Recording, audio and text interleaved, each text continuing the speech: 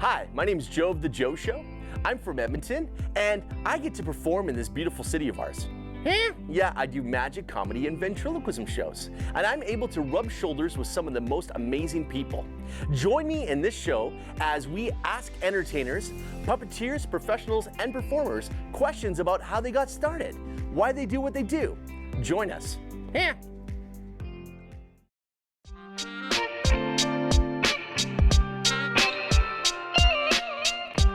Welcome to Ask Entertainers. I'm Joe of The Joe Show, and we are here with Randall Fraser.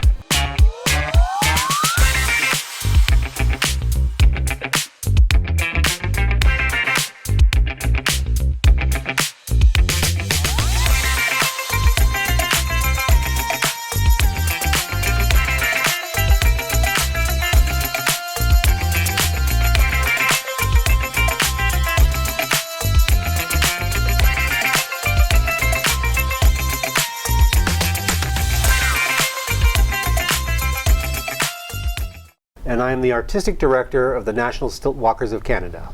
Okay, wow, I'm so excited to have you on the show. We're definitely going to unpack that, figure what it is. I've been able to see you at a couple festivals now, which has been great. Yeah. And my question is, how did you get into performing?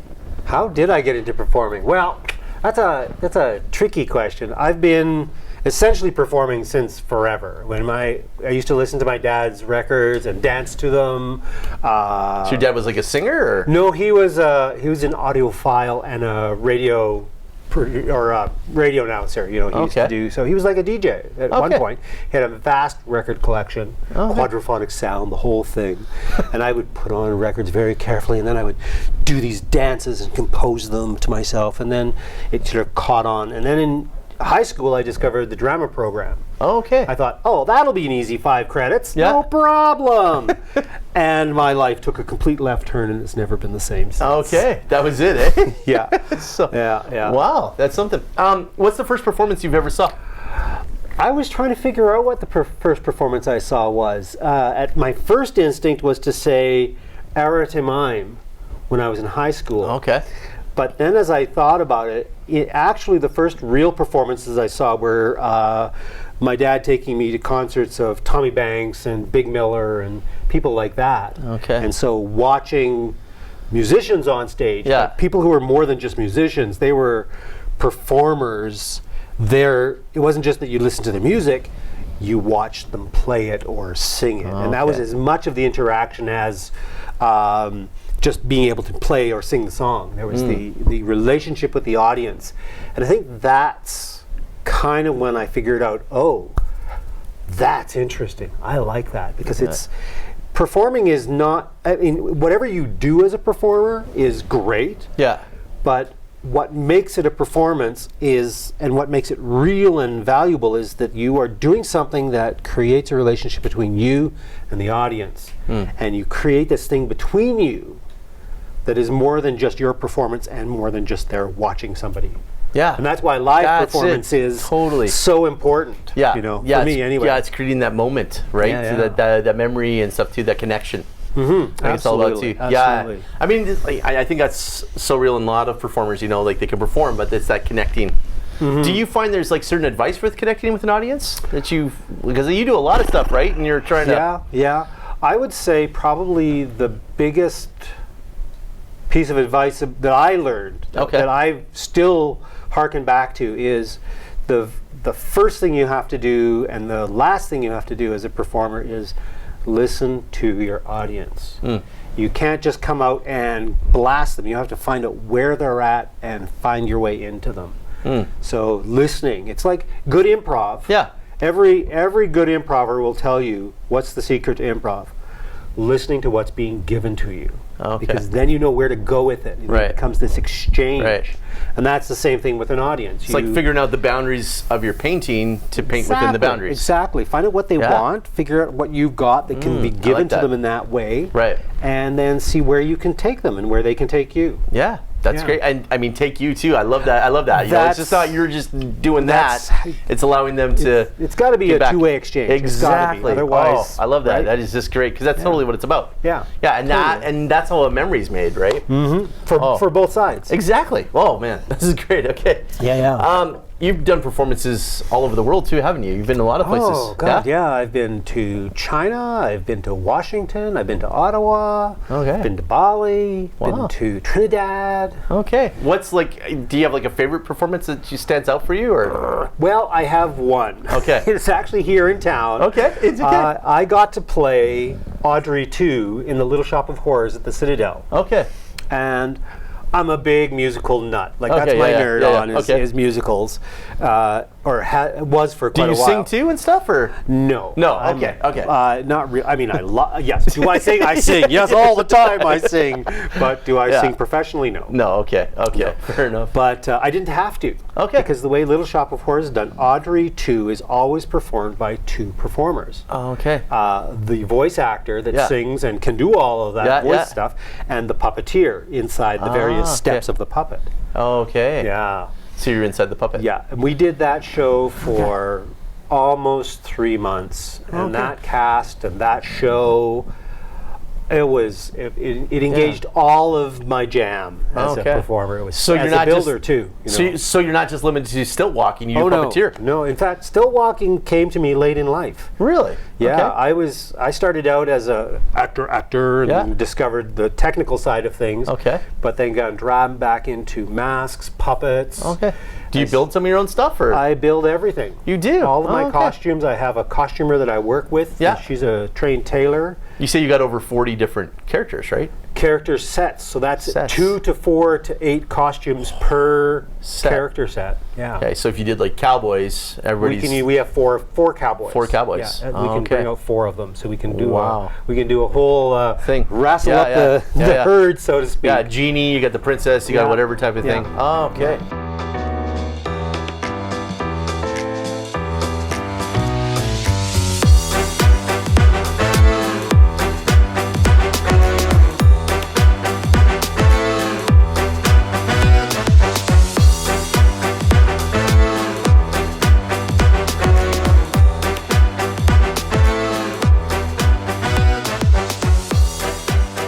Wow, that's something. And you sew all that and make all that? Yeah. Wow. Yeah. That's impressive. Design it, sew it, decorate it, maintain it. That's right. It's a huge thing for sure. No kidding. You've talked about the best performing device that you've had. What did you ever have any worse performing device? Like something that someone's given you and you're like, this is not gonna fly. Yeah. I had a professor in university, and we were doing the cherry orchard. Okay. This might go off in a little bomb in a very small part of the community. Yeah. The very old school story. But we were doing cherry orchard, and I was the only, again, this will come up a little bit later, we'll talk about this some more, but I was the only black person in the room, and they were trying to cast me in some role in this Russian play. Okay. And I ended up as this sort of minor character who was almost just shy of being a walk-on. Okay. Just 3 lines max. And this is my BFA training show. And the only note I got from the director just about the entire rehearsal process was, louder! Make it louder! And it was like, okay, I'm screaming at the top of my lungs. Why? What's my motivation? I'm trying to figure all these actor things, and all I'm getting is this louder. Which, yeah, anyway. And blah blah. And loudness isn't necessarily the one thing too. Like you were telling me about dynamics with your voice. Oh yeah. Yeah, like understanding, right? Like where you can go and working with your audience, right? Like how does that work? Like you find. Well, I mean, I've moved on from that note. Okay, yeah, exactly. It still niggles at the back of my mind, obviously, because when you asked that question, that's what came up. But of course, there's so much more to voice. It is as human beings, it's our first instrument. You know, next to our bodies, it's our first instrument of communication. Yeah. So that's probably where I put most of my experience and practice and training is into using my voice, supporting my voice, maintaining my voice, and finding out what it can do. Okay. Okay, that's interesting. It's very interesting. You got to be your own sound effects sometimes. You got to be your own soundscape sometimes. Yeah. Oh yeah, all kinds of things. Yeah. Did you find you did something in your career that made your career take off? Like take off. I don't know if my career's really, I'm still waiting for it to take off. But it's sort of. I mean, well, let's say I something that set me on the path that led me to where I am. And I would say that working with a company called Trickster Theatre out of Calgary was really formative. It really set me on a particular path. And when I started with them, I was hired as their tour manager to do all their techie stuff. It was a duo, and they toured schools, and they had 4 shows. Okay. So in magic shows or what type of shows? No, we're talking theater. Theater, dance. I just thought it was tricky or something. Trickster is the idea that the clown character. Okay, like a jester almost or something like that. David Chandler, who's the founder of the company, he's a clown, classic clown. Yeah. And then his wife was a dancer, ballet dancer, jazz dancer. So they formed this company, and they toured for years and years all over the entire province, out in BC, all over the place. They were at Expo, all this kind of stuff. Wow. And then, and I joined them in 1987, I believe. No, 1987, I think. And had to learn 4 shows in 3 weeks.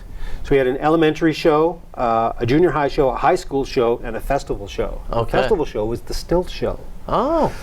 So we did all those, and we toured them for a couple of years. And then in the early 90s, like 1990, I think, actually, the province announced this residency program, school residency arts program. So artist companies were given the opportunity to present ideas about what they could do in schools, and then see if we could get funding for them and if they could get an audience. And David came up with this idea that said, well, what if we work with the entire school, and build an original piece of theater using all the students, all of the teachers, everybody gives up the week, and that's all we do for a week. And on Friday, we present the show. Okay. And like training them, teaching them everything. Like everything. Wow. And I'm sure they said yes to our idea mainly because they thought that nobody would do it.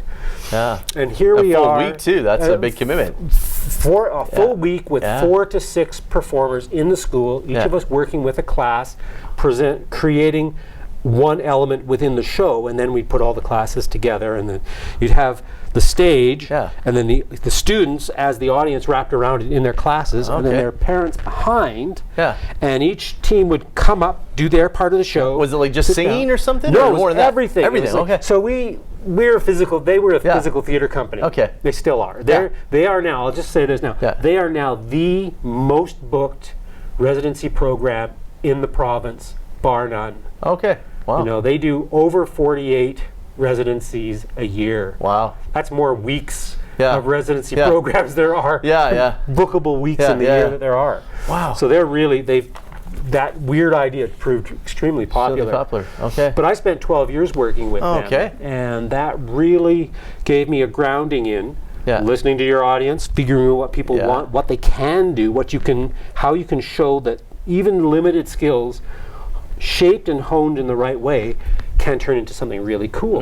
That's, and the whole idea is mostly what that program taught was not, it taught theater and it taught singing and it taught clown and it taught all that stuff. But what really taught people how to do was have an idea, explore the idea, shape the idea, and then present the idea. Execution. And that's, that was never talked about specifically, and certainly not with the kids. Yeah. But they all came away with that understanding of it intrinsically when they finished. And so then that really set me up for the kind of theater that I wanted to do and have gone on to do. And that's, so with the Stiltwalking, I try to think of characters that are going to be engaging to the audience, that are going to draw them in, their curiosity, and then give them an opportunity for a 5 to 20 minute long little experience. It's very intimate and personal, or giant and spectacular, like we did at opening ceremony.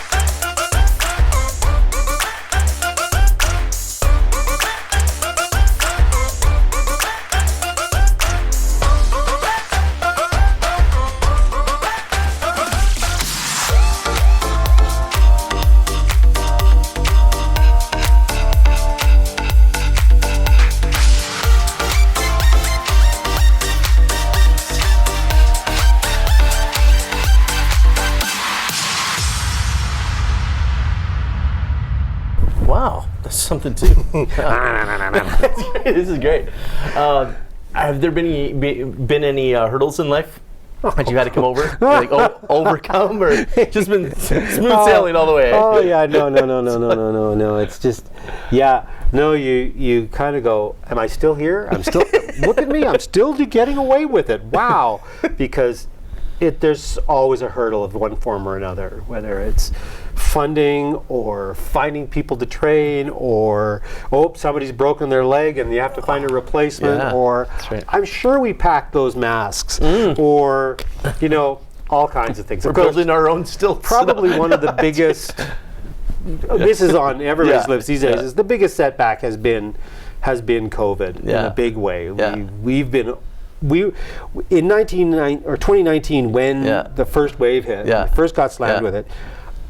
NSC was about to have our best year ever, and I mean by a long shot. We had been planning. I'd had hired CSJ Canada Summer Job students working with me, and we worked really hard at making sure we had a full season. And we were like just humming and like, this is gonna be so much fun. And then March 13th, it was bam, and the emails and the calls. And within, as you know, within 3 days, gone. Anyway, so magic happened. But you just keep going. No, that's a big hurdle for sure. I think everybody's gone through that too in some way, and how we're doing it. What's your most prized possession? I really had to think about that. I have a couple of Janvier paintings, actual paintings, not prints, but actual paintings. Partly because he was somebody that my parents knew, and whenever his life wasn't going so well, he'd sort of turn her up at people's places and say, hey, I got a painting. And my dad, and there's a circle of people that would continually buy his pieces. And then, so my wife and I have both ended up with Jean-Pierre's that we're very proud of, because he's a lovely man. But probably, I have my grandfather, my father's father, was actually a really skilled artist. It's nothing that he ever pursued professionally in any way whatsoever. It's just something he did. And I have this charcoal print or charcoal painting, a drawing, I guess, of Cupid at rest. And it's just him with a hand of charcoal, and it looks, it's stunningly executed. I think you could have been a professional. And he's like, no, he was just a family man. But but it's a beautiful picture, and it's the only thing I have of his. So that's pretty precious. Special too. If you were to lose everything, what's the first thing you would buy? If I was to lose everything, is there a prop or something you run out and buy? Like, my tools. If I lost my tools, I'd have to start with my tools, because with my tools I could rebuild everything. So power sewing tools. machines. Hey, you're going to Home Depot. You're buying really, tools. no, actually sewing machines. Sewing machines. Okay, sewing machines. Because it's all about It's fabric. But if I don't have my stilts, I can't do the thing that I've created. Pair of stilts and some and a costume of some sort. Say, I guess you could get by with just a pair of stilts, couldn't you? Or do you need the costume? It's the character, right? The stilts are engaging in one way. It's actually interesting. This gets into we could talk about this particular subject. I could talk about forever, because there's the engagement of the stilts themselves. And what kind of relationship you have with the audience there, because then you do have to be much more of a demonstrator.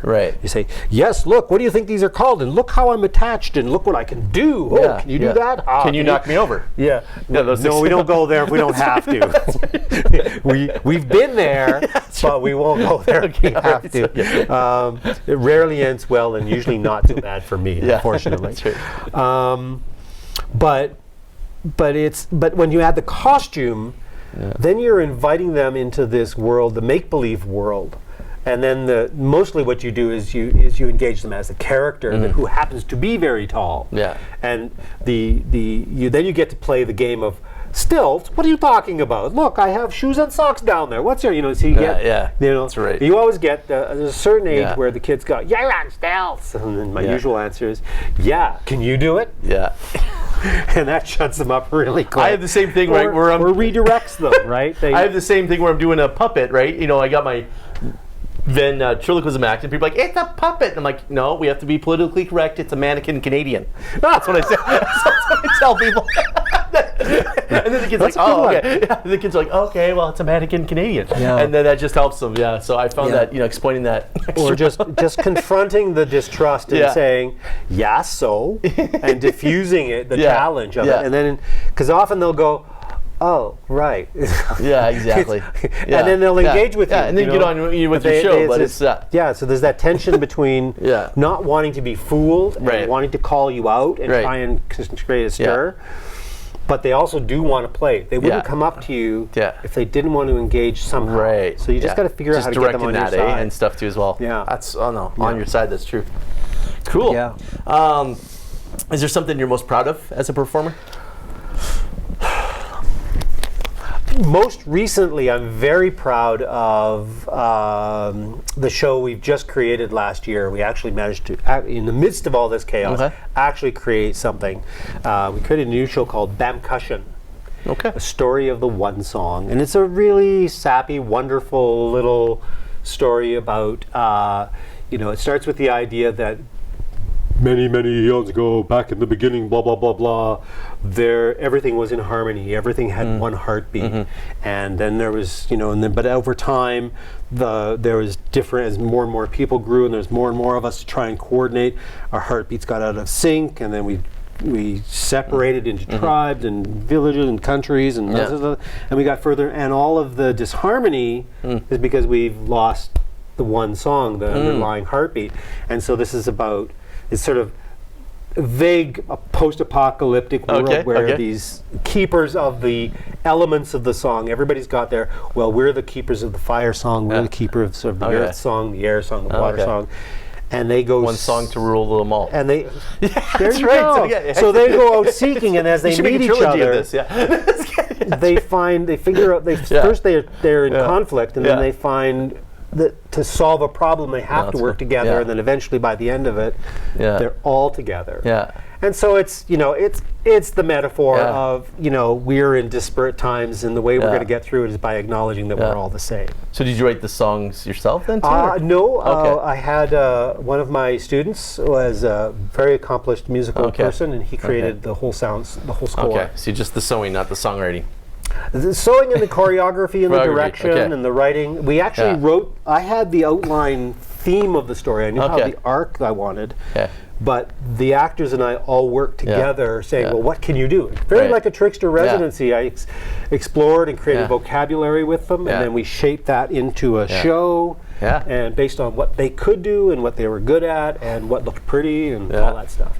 So I'm pretty proud of that. No, it's great. I think if you ever got into songwriting and sewing, you could be a singer and songwriter, or so it seems. But a bump. Sorry, I just. Not everybody is a punster like that. I know, and I'm glad that you are. I'm glad. That's what pops in my head right now. Right? We understand each other here. That's exactly where we are now. I'm sorry. Okay. Too.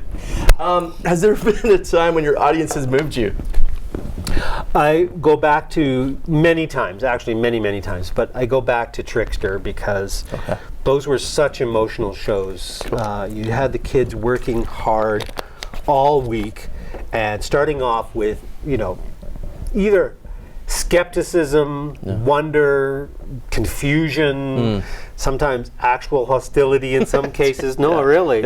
And by the end, being completely amazed and surprised and exhilarated. So did you perform for the parents too? The whole show with the idea on the Friday, they would be on the floor and they'd essentially perform for each other as well as their families. So you'd have the kids in the one ring, and then all the parents behind, and each show would come up. And you would perform with your classes. So I would end up on stage 3, 4, 5, whatever times, however many classes I had. And we would all do that and act as the sort of flag bearer, driver, champion. Or very often we created the idea that we're the foil or the problem, so that they're working around us, and it's a good dynamic. It keeps you on stage with them without taking the limelight. And But those shows are always very emotional because you see the kids discovering that they're amazing, discovering that their friends are amazing, and the parents realizing that their kids are amazing. Yeah, exactly, too. Giving them the opportunity, right? And those were always extremely emotional. Yeah, definitely. For me, like I stuttered as a kid, so I had to take speech therapy, and a lot of it was I remember being in a play, and I didn't really have any lines. Right. It was the Emperor's New Clothes, and I had to do this thing by Hans Christian Andersen, and I didn't have any lines, but it got me into drama, being able to perform, and I realized this is something I can do to express myself. Yeah. And that's kind of how I started off, right? But having that opportunity, I remember there was just 2 people that came out. They did the play as a school. We had time. We had to rehearse and practice it. Yeah. But I love that opportunity too. So it really strikes a chord with me too when you're sharing. What's on your performer's bucket list? Do you have something that you'd love to do, or? I was thinking about this. I guess as a stiltwalker, I think the thing that's on my list, I'd love to set or break a record. Okay. I don't know which one yet. Okay. I'm trying to figure out. You got a couple ideas you're thinking of? Or? I would have to hang in for a long time to get to be the oldest stiltwalker. Okay. There's too many. There's too many old schoolers out there that are way ahead of me. But longest distance, longest time on stilts. I read the records and see what's there, and then I think about which ones I could attempt. Okay. And the ones that are the most plausible, or what? The most likely are the repetitive trick ones. That's probably would be the easiest to go for, but the really interesting ones are like tallest or furthest distance or something like that. All right, interesting. So, well, I've seen you, in costume, and you even got these little tiny shoes, which is really fun too. I love the little shoes. Oh my god, it's great! Like they're just so tiny, and you're walking around with them, and it's just my kid. How do somebody so big have such tiny feet? Oh my god! Yeah, I know my kids still talk about that too, so it's awesome. Okay, so we want to do the 2 truths and a lie. Oh, which is fun. So you tell me 3 stories. I try to guess. 3 stories. Okay. And which one's false? So it'll be kind of funnier. Well, hopefully I can do it. So. Okay. Yeah.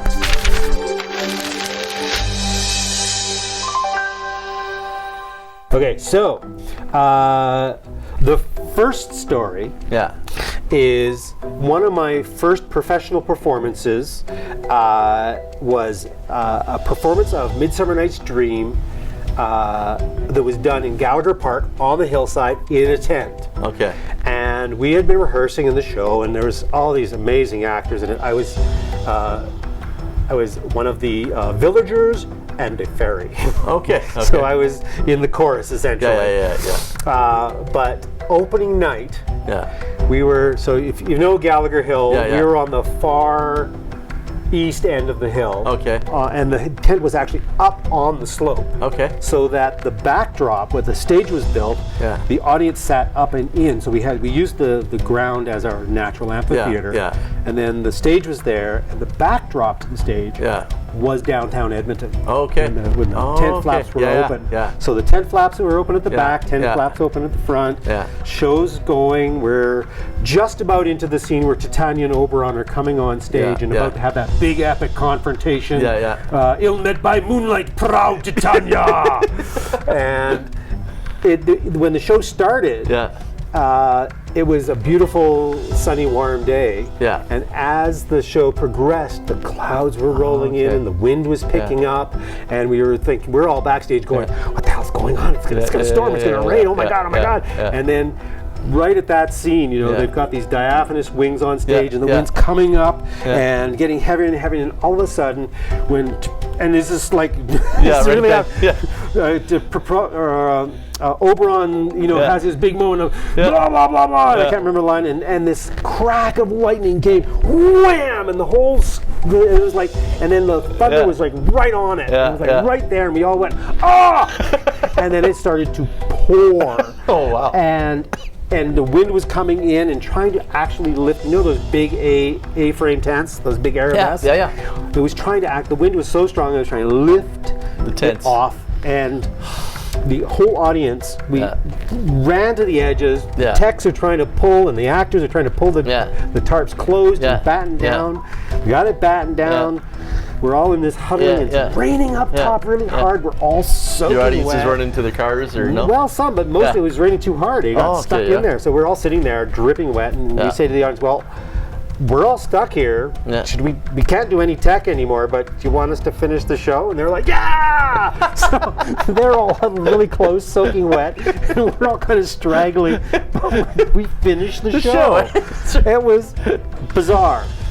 Okay, that's a weird story. All right. So that's story number one. Okay. Story number two was getting to go to Nanjing, China to be in this European/Western circus performance in China. And we got to Nanjing, and we were in this hotel, blah blah, this all that stuff. But they take us onto the stage, or onto the.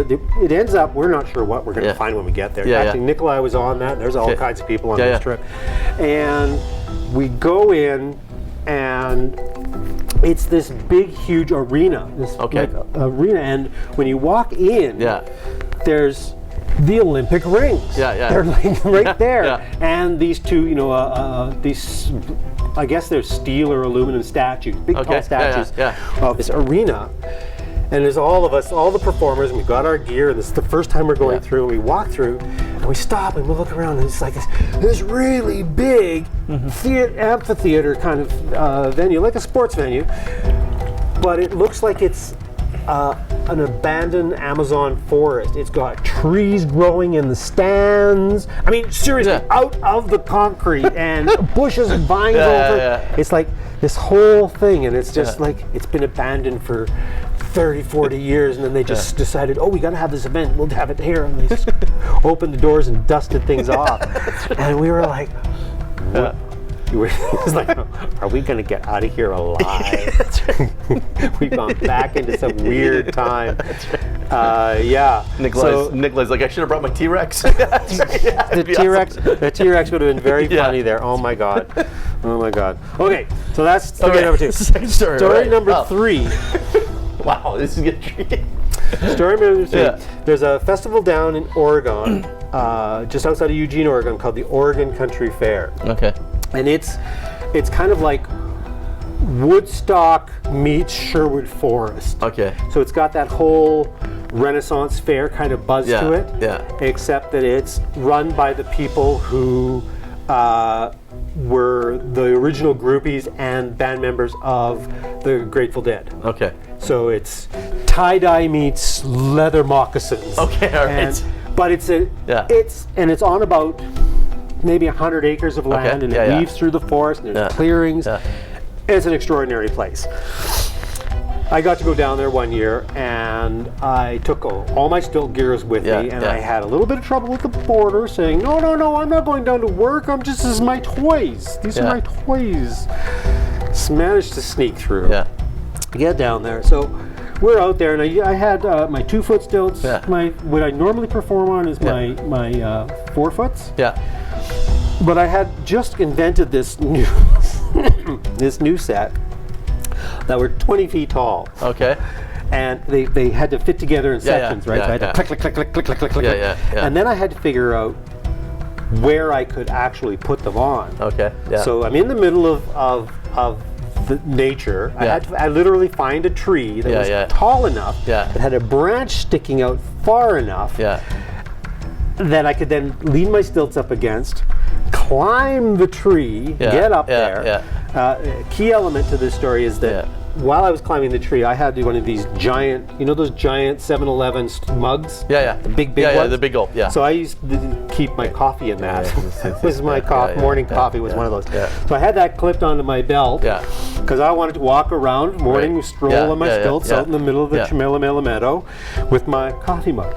So I climbed the tree, got up there, got onto my stilts, got them on, and stood up, and then got my balance, and sort of was surveying where everybody was, and started to take my steps. And with tall stilts, the taller you go, the heavier they get, for one thing. And the slower the steps take. Okay. So you're not taking lots and lots of little steps. You're taking a few really kind of lumberous. And you're trying to haul this weight. 20-foot stilts, about 20 to 30 pounds each. You have to lift that and still hopefully keep your balance.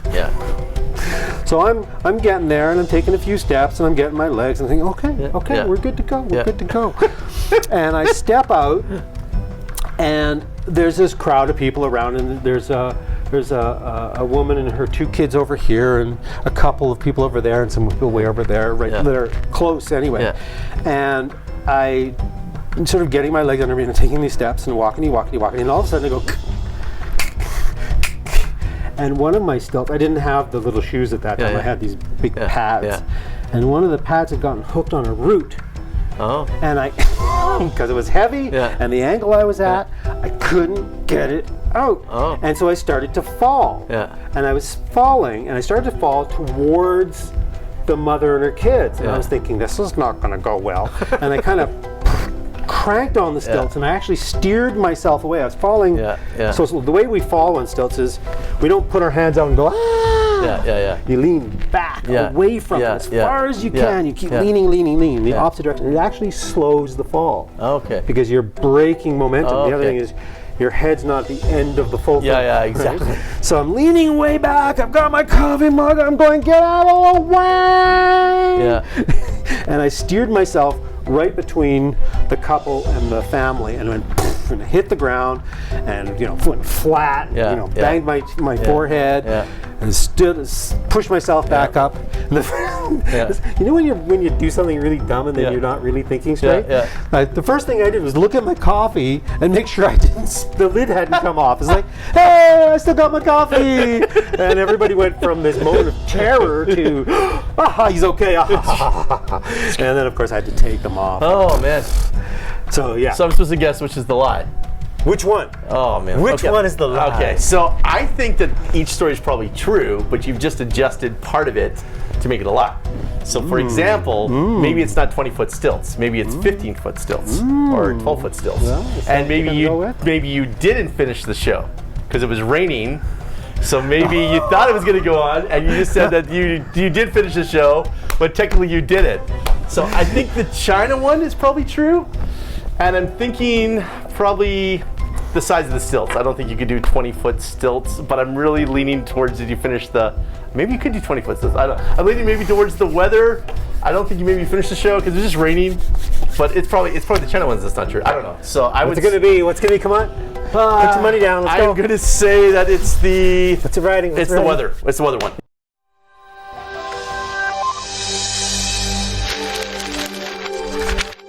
Put your money down. Let's go. I'm going to say that it's the... What's the writing? It's the weather. It's the weather one. It's the weather one? I win! You win. Okay. What was that really happened. Okay, so what was the...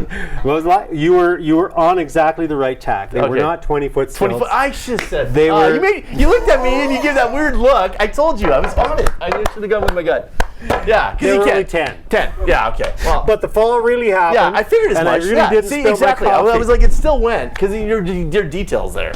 I know. So I should have gone with that. Yeah, you should have. Okay. Trust your instincts. Trust my instincts. Oh, I think I had it. I was pretty close. I was pretty good at this. Well, we both got to win. Well, thank you so much. It has been a pleasure. It has been great having you. Absolutely. And it's awesome. So I want to thank you again for coming out, and looking forward to seeing you in action, and it'll be good too. Let's hope for a good season. Yes, exactly. Right on. Thanks again. Yeah.